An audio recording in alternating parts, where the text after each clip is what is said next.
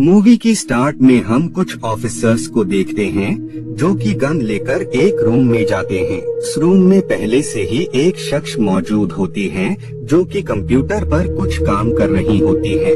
उसी बिल्डिंग के नीचे कुछ ऑफिसर्स भी मौजूद होते हैं।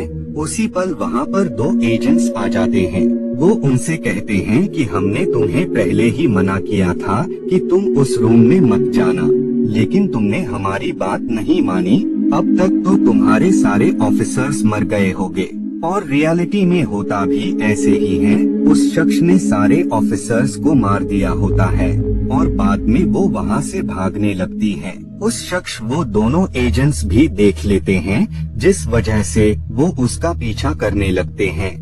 लेकिन वो शख्स बहुत ही तेज होती है, जिस वजह से वो दोनों एजेंट उसे पकड़ ही नहीं पाते हैं। बाद में वो शख्स फोन बूथ के पास जाती है। तभी उसी पल एक ट्रक तेजी से उसकी तरफ बढ़ रहा होता है, लेकिन इससे पहले वो ट्रक उसे हिट करता उससे पहले ही वो फोन को उठा लेती है, जिस वजह से वो वहाँ से बचकर निकल जाती है। लेकिन उन एजेंट्स को उस शख्स की नहीं बल्कि नियो की तलाश होती है। इधर हम नियो को देखते हैं जो कि असल में एक हैकर होता है। उसे हमेशा ये लगता रहता है कि वो जिस दुनिया में है वो असल में रियल दुनिया नहीं है, बल्कि ये दुनिया किसी के द्वारा प्रोग्राम की हुई दुनिया है। लेकिन उसके माइंड में ये जो सवाल होते हैं, इन सवालों का उसके पास कोई भी जवाब नहीं होता है। नेक्स्ट डे नियो अपने ऑफिस में होता है, तभी उसके पास किसी की कॉल आती है। नियो जब कॉल रिसीव करता है तो दूसरी तरफ बैठा शख्स उससे कहता है कि मुझे पता है कि तुम्हारे माइंड में काफी सारे क्वेश्चंस उठ रहे हैं, जिनका जवाब तुम्हें मेरे अलावा कोई और नहीं दे सकता है। और बाय द वे मेरा नाम मॉर्फियस है। नियो उससे कहता है कि मैं तुम्हारी बातों पर बिलीव क्यों करूं, जिस पर मॉर्फियस उसे बताता है कि अगर तुम्हें मुझ पर बिलीव नहीं है तो तुम सामने देखो, तुम्हारे ऑफिस में दो एजेंट्स आए होंगे। उन एजेंट्स को देखकर नियो वहाँ से भागने की कोशिश करता है, लेकिन वो लोग जल्द ही उसे पकड़ लेते हैं।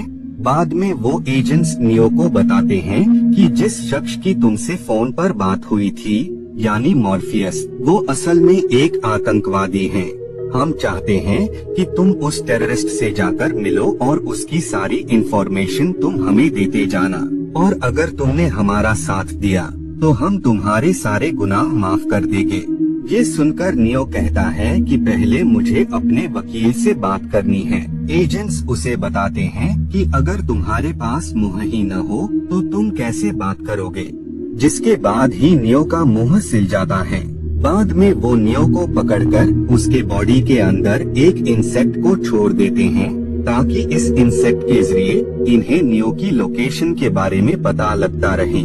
बाद में जब नियो की आंख खुलती है तो वो खुद को बेड पर पाता है, जिस वजह से उसे ये लगता है कि उसने जो कुछ भी देखा था वो बस उसका ख्वाब था।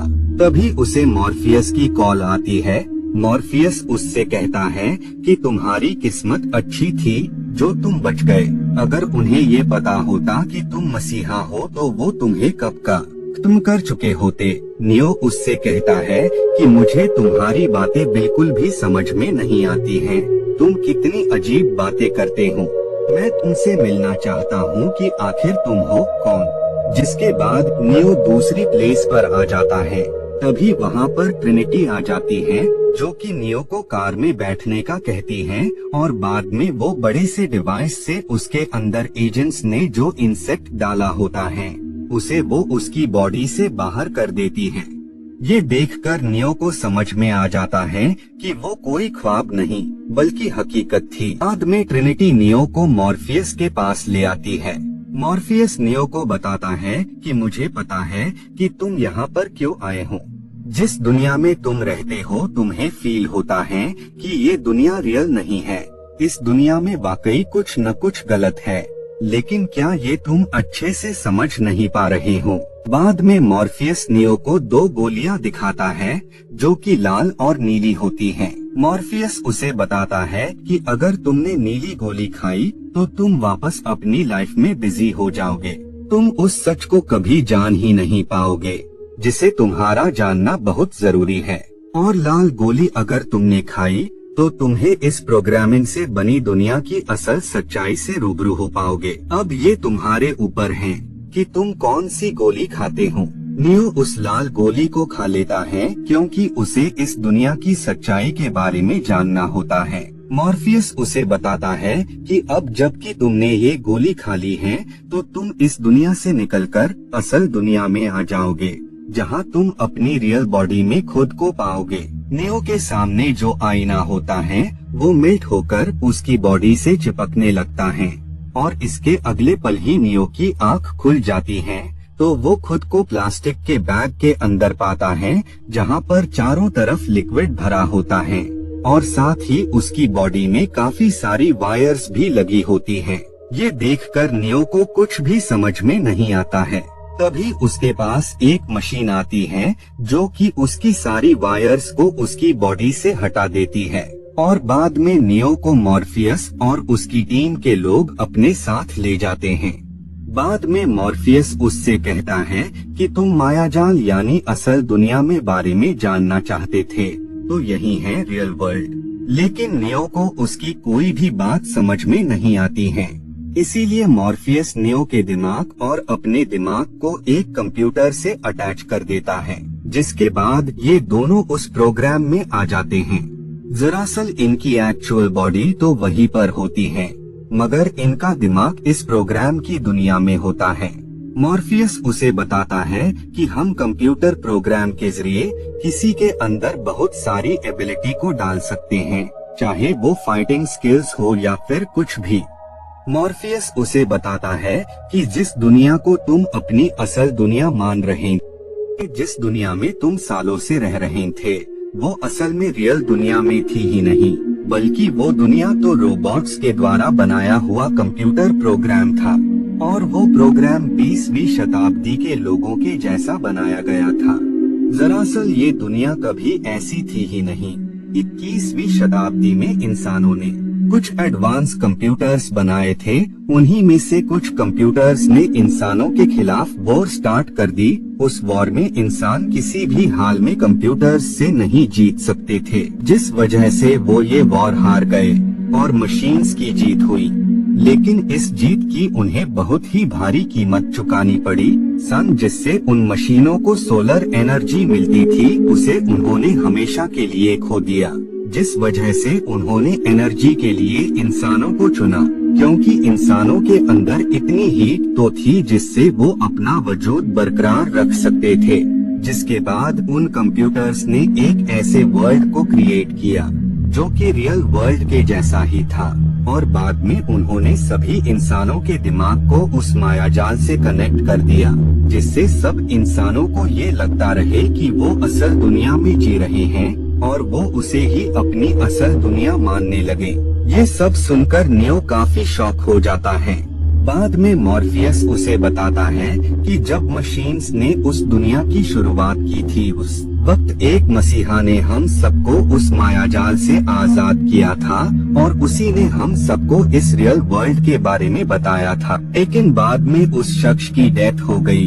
हम सबको यकीन था कि वो शख्स वापस से रिबॉर्न होगा और वो ही उन कंप्यूटर को खत्म कर सबको उस मायाजाल से आजाद कराएगा और वो शख्स कोई और नहीं बल्कि तुम हो। जिसके बाद मॉर्फियस उसके दिमाग को दूसरे कंप्यूटर प्रोग्राम से अटैच कर देता है और वो उसके दिमाग में फाइटिंग स्किल्स और बहुत सारी इंफॉर्मेशन डाल देता है। वहीं पर हम उनके टीम के एक शख्स को देखते हैं जो कि ट्रिनिटी के हरकतों से बहुत ही ज्यादा नाराज था। इसीलिए वो वापस उस दुनिया में चला जाता है और वो उस एजेंट्स से कहता है कि तुम मेरी यादों को मिटाकर मुझे बहुत ही रिच और फेमस शख्स बना।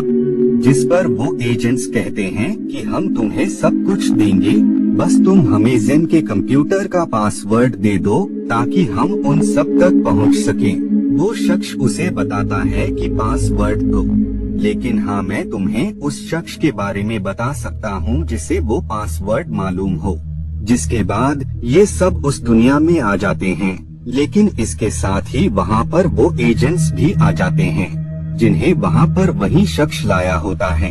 उन एजेंट्स को अपनी तरफ आता देखकर मॉर्फियस उन लोगों पर अटैक कर देता है। इधर वो शख्स उस दुनिया से बाहर आ जाता है और वो उन 2 लोगों को मार देता है। लेकिन इससे पहले कि वो नियो को मारता, उससे पहले ही वो शख्स ही उसे मार देता है।